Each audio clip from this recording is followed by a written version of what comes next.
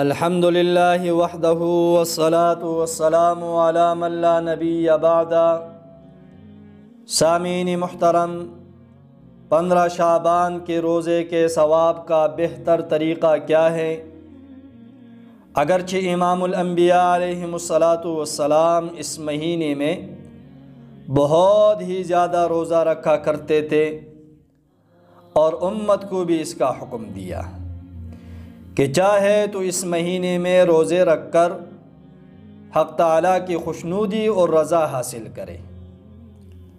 اس کی میرے خیال میں بہتر صورت یہ ہے کہ اس مہینے میں سر 15 تاریخ کا ایک روزہ رکھنے کے بجائے 13، 14، 15 ان تینوں تاریخوں کے روزے رکھیں۔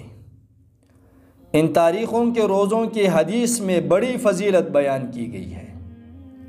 یہ ایام 20 کے روزے کہلاتے ہیں۔ حدیث میں ہے کہ امام الانبیاء علیہم السلام ایام 20 کے روزے سفر و حضر میں کبھی نہیں چھوڑتے تھے۔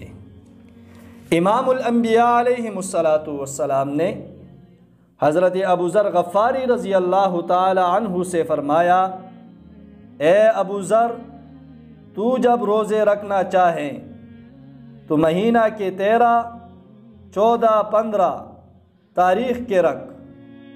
ہر مہینے میں یہ 3 روزے رکھنے کی ایک برکت یہ بھی بیان کی گئی ہے کہ دل کا کوٹ اور وسوسے دور ہو جاتے ہیں۔ اس صورت میں ایک سنت ایام 20 کے روزوں پر عمل کا ثواب ہوگا اور اسی کے ساتھ 15 شعبان کے روزے کی فضیلت بھی حاصل ہو جائے گی۔